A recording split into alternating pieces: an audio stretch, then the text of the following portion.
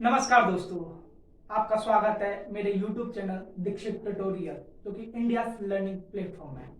आज हम जो चर्चा करने वाले हैं वो बेहद ही संवेदनशील मुद्दा है और एक भारत में आपको भी पता है और हमको भी सब पता है, एक मुहिम चल रही है। हर लोग जो देखो उन्हें वही बोलता जा रहा है कि क्या भारत हिंदू राष्ट्र बनेगा।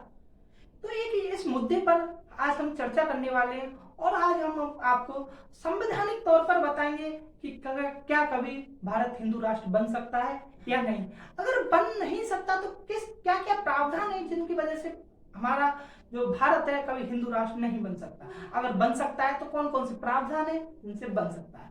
तो आज इस विषय पर चर्चा करने के लिए मेरे सहपाठी रेवान सोलंकी मेरे साथ मौजूद है। तो रेवान जी, अभी आप हमारे दर्शकों से क्या कहना चाहेंगे। नमस्कार साथियों, मेरा नाम रेवान सोलंकी है। मैं हिंदू युवा वाहिनी से जुड़ा हुआ हूँ। तो मैं यहाँ पे कुछ क्वेश्चंस लेके आया था अपने भाई के पास के, जो कि इनके पास भरपूर नॉलेज का भंडार है। तो मैं इस जरिए से मैं जानना चाहूंगा कि क्या भारत हिंदू राष्ट्र बन सकता है, क्योंकि आजकल क्या चल रहा है कि जो सनातन संस्कृति है, जो सबसे वैदिक संस्कृति है और जिसको बहुत माना जाता है कि सबसे पुरानी संस्कृति ही सनातन संस्कृति है, तो इसके आधार पर लोगों की मांग है, जनता की मांग है भारत की, कि भारत को हिंदू राष्ट्र घोषित किया जाए।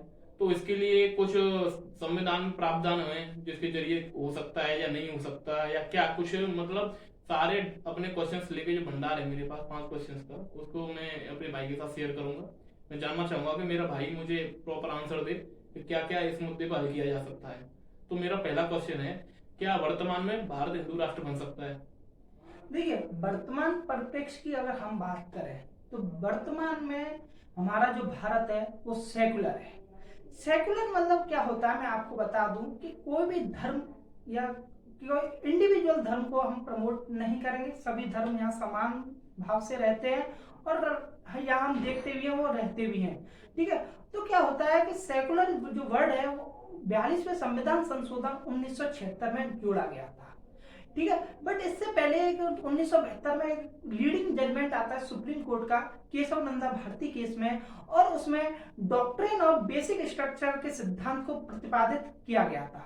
उस बेसिक स्ट्रक्चर जो भी रहेगा तो वो क्या रहता है कि जो सेकुलर वर्ड है वो बेसिक स्ट्रक्चर का पार्ट है, और जो कुछ भी जो बेसिक स्ट्रक्चर का पार्ट रहेगा उसको पार्लियामेंट कभी अमेंड नहीं कर सकती। तो इसके तहत मैं आपको बता दूं जो सेकुलर है, जो सेकुलर वर्ड दिया गया था जो हमारे प्रियम्बल में, वो क्या था, हमारे बेसिक स्ट्रक्चर का पार्ट है। और इसको अभी हाल फिलहाल में जब तक कि सुप्रीम कोर्ट उसको बेसिक स्ट्रक्चर से हटा नहीं देती तब तक पार्लियामेंट उसको अमेंड नहीं कर सकती। तो स्पष्ट तौर पर ये तो सिद्ध हो ही गया कि वर्तमान में भारत हिंदू राष्ट्र नहीं बन सकता, वो सेकुलर है और सेकुलर रहेगा। ठीक है, तो दूसरा बहुत बहुत धन्यवाद भाई, आपने मेरे क्वेश्चन का आंसर दिया। लेकिन मेरा एक और इसी मुद्दे पे एक और क्वेश्चन है, ऐसा कोई रास्ता नहीं जिससे सेकुलर वर्ड को बेसिक स्ट्रक्चर के पार्ट से निकाल दिया जाए, जिससे पार्लियामेंट उसको अमेंड कर सके? देखिए, जो सुप्रीम कोर्ट का कोई भी जजमेंट रहता है ना वो कभी सार्वभौमिक नहीं देता। मतलब कहने का मतलब है कि अगर जो आज है उसने स्टेटमेंट दे दिया वो कल के लिए अपना बदल भी सकता है। मैं आपको बता दूं 1967 में एक केस आया था वो गोलकनाथ का केस, उसके अपोजिट में क्या बोल दिया गया था कि केशवानंदा भारती केस का जजमेंट दे दिया गया। मतलब बोला जाए तो गोलकनाथ केस को पलट कर एक केशवानंदा भारती केस में जजमेंट दे दिया गया था। वहीं आपको अगर मैं दूसरी बात बता दूं कि आर्टिकल 137 में क्या है, सुप्रीम कोर्ट अपने आदेश जो भी लेती है या निर्णय लेती है उनको रिव्यू कर सकती है। ठीक है, पुनर्विचार कर सकती है। लेकिन अगर कोई भी रिव्यू पिटीशन डालता है तो 2013 में सुप्रीम कोर्ट ने उसके लिए 3 शर्तें रख दी थी कि रिव्यू पिटीशन क्या कभी जैसे अनुमति मिलती है सुप्रीम कोर्ट को तो वो कब मिलेगी। सबसे पहली बात कि कोई भी ऐसा पुराना जजमेंट हो, ठीक है, जिसमें कि नया खोज कुछ भी हुआ वो सम्मिलित ना किया गया हो।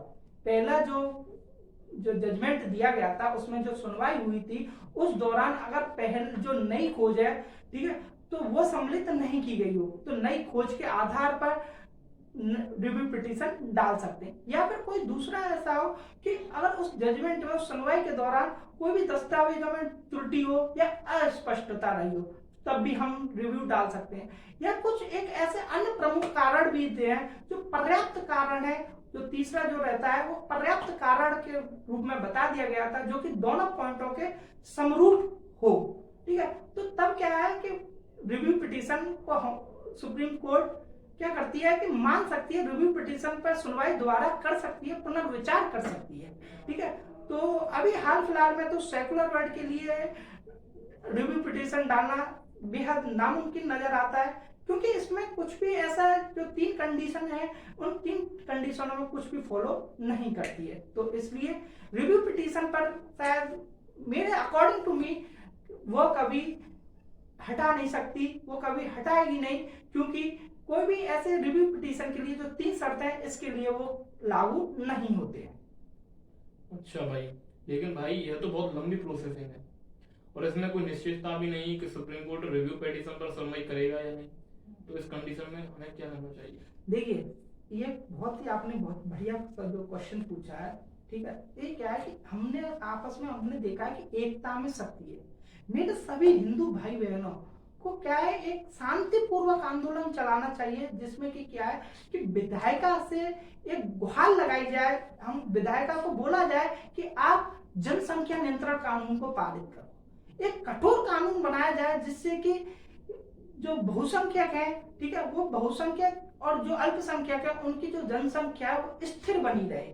ठीक है, जो और कुछ ऐसे अराजक तत्व भी होते हैं, जैसे आपने देखे भी होंगे, जो अराजक तत्व है वो अल्पसंख्यक लोगों को भड़काते हैं, और कहते हैं कि आप बहुसंख्यक बनिए, और वो बहुसंख्यक इसलिए बनवाना चाहते हैं ताकि वो भारत की अखंडता का विनाश कर सकें। तो सभी हिंदू भाई बहन या जो कोई भी राष्ट्र इसमें काम करना चाहता है, वो एक शांतिपूर्वक आंदोलन शुरू करें, जिसकी वजह से क्या है कि सबसे पहली बात जो मैं आपको बता दूं, इसका जो फायदा है, जो भारत की जो जनसंख्या है ना, वो ना तीव्र गति से नहीं बढ़ेगी, जैसे अब बढ़ रही है ना, जैसे हमने देखा कि चाइना से ऊपर जा रहे हैं हम। ठीक है, तो वो क्या है कि जनसंख्या तीव्र गति से नहीं बढ़ेगी। वहीं दूसरी बात अब मैं बता दूं कि जो संसाधनों का जो वितरण है ना, वो समान रूप से वितरण किया जाएगा। जब समान रूप से किसी चीज में वितरण किया जाएगा, तो क्या है कि लोग, जो अल्पसंख्यक समुदाय के जो लोगों को जो भड़का रहे हैं ना, वो लोग वो भड़कावे में नहीं आएंगे, क्योंकि उनको पर्याप्त सुविधा मिलना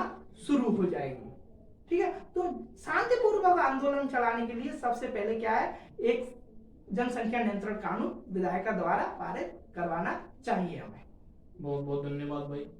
लेकिन आप, मेरा चौथा क्वेश्चन जो है बहुत ही चर्चा का विषय है, और इस टाइम आप इसको एक तरीके से हॉट मेटल कह सकते हैं, और ये भारत में बहुत ही ज्यादा देखा गया है और देखा जा रहा है।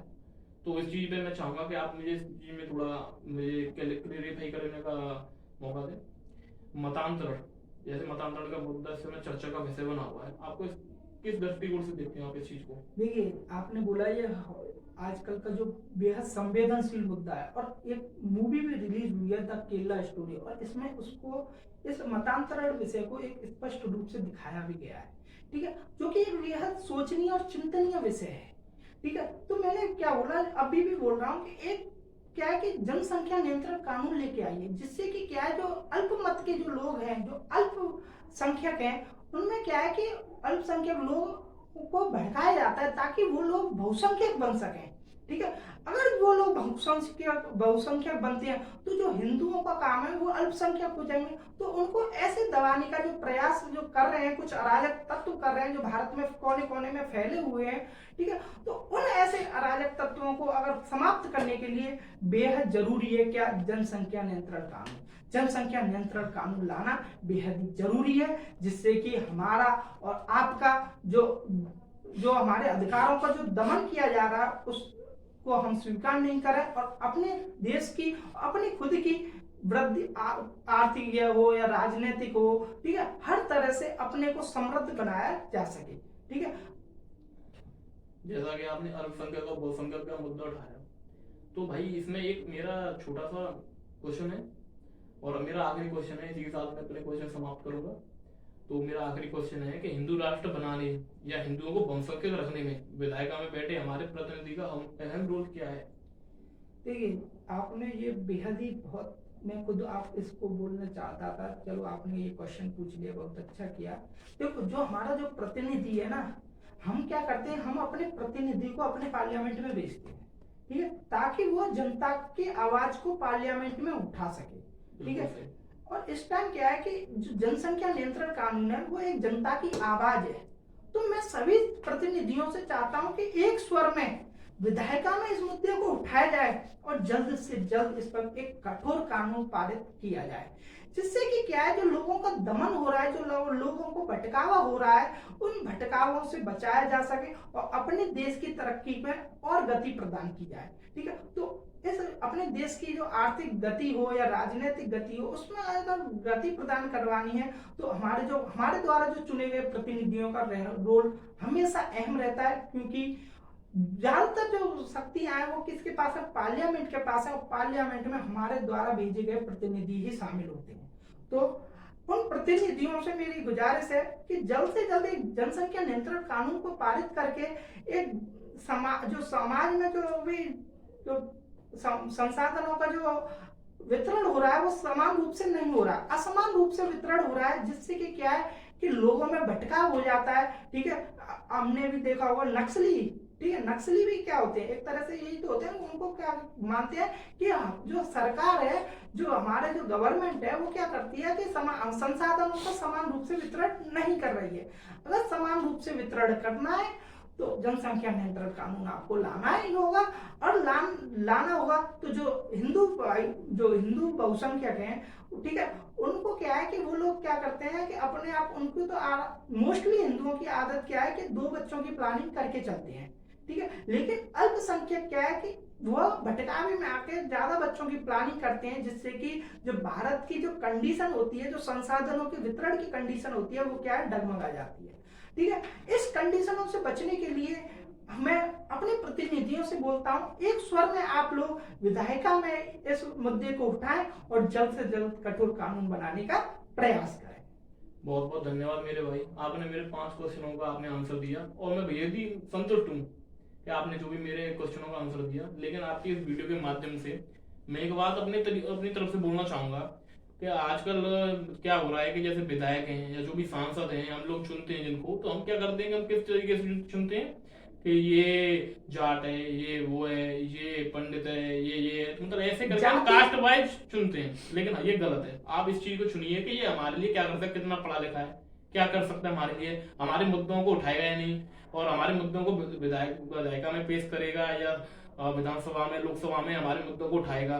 क्योंकि हमें अब इस टाइम सख्त जरूरत है कि हमें कोई ऐसा नेता हो, हमारा ऐसा प्रतिनिधि हो जो हमारे मैटर्स को राज्यसभा या लोकसभा में उठाए, जिससे वो गंभीर चर्चा समझा जाए, थोड़ा वहां पे माहौल पता चले कि क्या देश में मांग चल रही है, क्या चीज उठ रही है और किस चीज पे हमें ध्यान देना चाहिए।